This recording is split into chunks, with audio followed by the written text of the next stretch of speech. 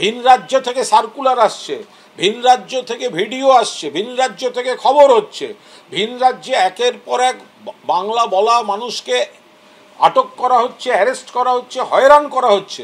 তো মিঠুন চক্রবর্তী দেখবেন কি করে বলুন তো? যদি কেউ গরমের মধ্যে গরম টুপি, ফুলাতা গরম জামা, মাফলার আর ওই ঘরের মধ্যেও সানগ্লাস পরে বসে থাকে, একটা লোকের ঠান্ডা মাথায় দেখা সম্ভব? মিঠুনবাবু বলছেন বেছে বেছে বেছে বেছে। আর বেছে বেছে মানে কি?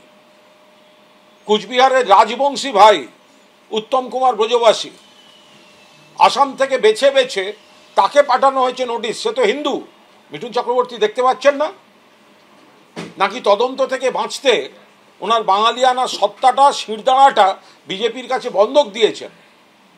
একটা বিশ্বাসঘাতক গদ্দার